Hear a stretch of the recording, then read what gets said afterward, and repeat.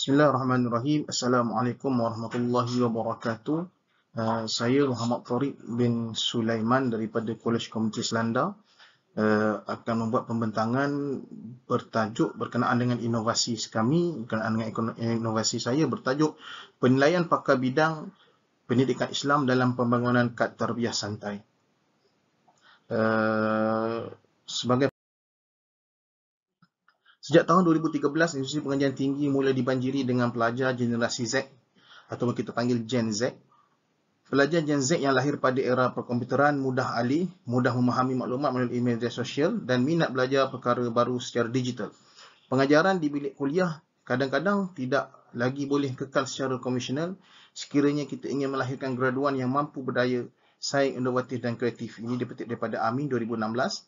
Penyampaian secara berpusatkan pelajar dan secara santai akan lebih mudah difahami dan kajian ini menjurus kepada penilaian pakar bidang pendidikan Islam dalam pembangunan kad tarbiyah santai.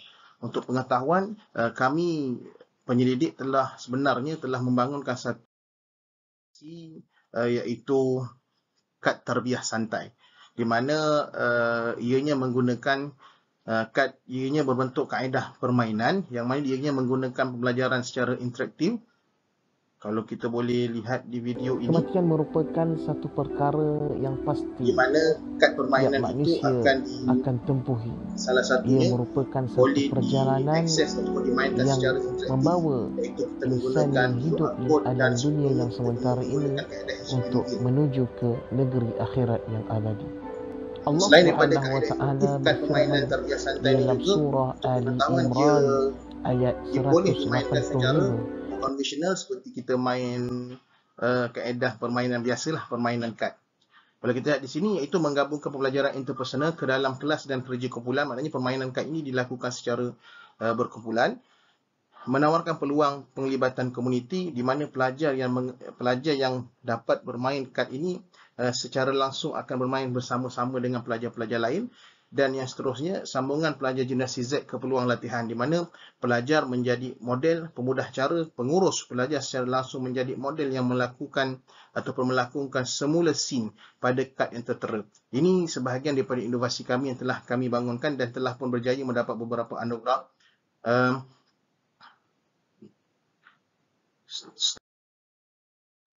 Antara objektif kajian, pertama, mendapatkan penilaian tenaga pakar bidang pendidikan Islam tentang sejauh mana permainan kad tarbiyah santai ini mampu membantu pelajar dalam memahami isi kandungan pembelajaran. Seterusnya, memastikan pengisian dan isi kandungan kad tarbiyah santai ini tidak terkeluar ataupun menyimpang daripada apa yang telah digariskan oleh Islam. Makna kata, kita membuat kajian ini untuk pakar bidang pendidikan Islam yang akan disebut sebentar lagi, antaranya untuk apa? Untuk memastikan kita punya pengisian dalam pembangunan inovasi kad tarbiyah santai kita ini mengikut garis panduan syarak dan juga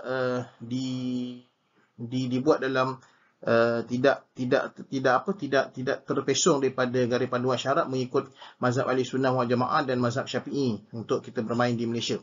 Yang ketiga, melihat kesesuaian pembangunan kad tarbiyah santai untuk membantu pelajar dan lapisan masyarakat dalam memahami konsep agama Islam itu sendiri. Okey, kumpulan sasaran.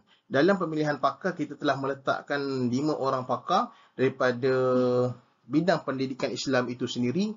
Yang pertama, kalau kita lihat situ, satu set ujian penilaian pakar, expert review telah dijalankan terhadap 5 orang pakar dan dikhususkan kepada pakar bidang pendidikan Islam. Kalau boleh saya sebutkan di sini, yang pertama kita mengambil expert review daripada PU Fakrul ataupun Pencetus Ummah Fakrul. Yang mana kita tahu dia Pencetus Ummah Fakrul merupakan finalis program Pencetus Ummah di Astro, guru takmir bertauliah negeri Melaka dan seterusnya pendakwah selebriti Astro dan juga penceramah serta motivator. Dan yang kedua, kita mengambil pakar bidang iaitu Da'i Azam Al-Kankari. Kalau kita lihat, dia merupakan finalis da'i pendakwah milenial TV3 dan seterusnya guru agama Sekolah Agama Kerajaan Negeri Johor, guru takmir bertauliah Negeri Johor, pendakwah selebriti TV3 dan penceramah bebas. Seterusnya, pakar bidang ataupun panel kami daripada yang kami juruskan dalam kajian ini untuk mengkaji sejauh mana pembangunan kad tarbiyah santai ini, kita menjemput ataupun memanggil panel Tuan Tarmizi bin Jaafar daripada merupakan pegawai penyelidik Mahkamah Syariah Negeri Melaka, yang mana juga pengisi slot rancangan dari Kamar Syariah di Melaka FM dan merupakan guru takmir bertauliah Negeri Melaka. Seterusnya kita ada di sini Ustaz Muhammad Luqman bin Ahmad, iaitu pensyarah Jabatan Pengajian Am Politeknik Merlimau Melaka. Dan seterusnya kita ada di sini Ustaz Muhammad Saifuddin bin Mat Hayyin, guru Sekolah Rendah Kebangsaan Gresik, Tangkak, Johor, dan juga merupakan guru takmir yang bertauliah bawah Kerajaan Negeri Johor. Ini merupakan 5 expert review ataupun penilaian pakar bagi mengkaji bidang khusus dalam bidang pendidikan Islam, bagi mengkaji pembangunan kad tarbiyah santai yang telah kami bangunkan. Pelaksanaan kajian berbentuk reka bentuk deskriptif kualitatif dan persampalan. Seperti mana saya dah maklumkan tadi, kita mengambil 5 pakar yang khusus dalam bidang pendidikan Islam, dan antara di situ saya selipkan sedikit borang temu bual panel pakar penyelidikan. Di situ penyelidik 3 orang yang diketuai oleh saya, Muhammad Taufiq bin Sulaiman.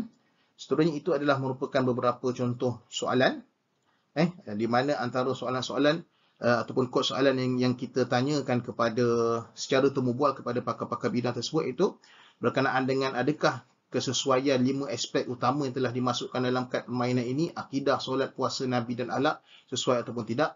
Seterusnya, adakah kad ini membantu dengan mudah dalam memahami nilai agama. Seterusnya, adakah pengisian kad ini benar dan tiada keraguan.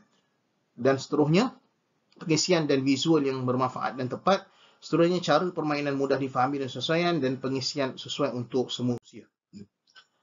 Ini bentuk-bentuk soalan ataupun analisa data yang kita telah dapati. Jawapan-jawapan pakar 1 hingga 5, serta ada cadangan dan komen serta penambahkan. Secara dapatan analisa panel pakar kad tarbiyah santai daripada 5 calon ataupun panel tadi, yang pertama, berdasarkan penilaian yang telah dibuat bagi soalan 1, 2, 3, 4 dan 5, kesemua pakar bidang menyatakan kesesuaian aspek-aspek yang terdapat pada kad tarbiyah santai berdasarkan soalan yang telah ditanya. Seterusnya, bagi soalan 1 berkaitan kesesuaian aspek dalam kad tarbiyah santai, iaitu kita mengkaji 5 ataupun kita meletakkan 5 aspek dalam permainan kad tersebut, terdapat cadangan yang sangat-sangat positif dari diberikan oleh pakar 2, iaitu Pio Fakrul, di mana kad ini dicadangkan untuk dibangunkan dalam subtopik lain masih lagi dalam bidang pengajian Islam, seperti dibangunkan kad ini dalam bab perkahwinan.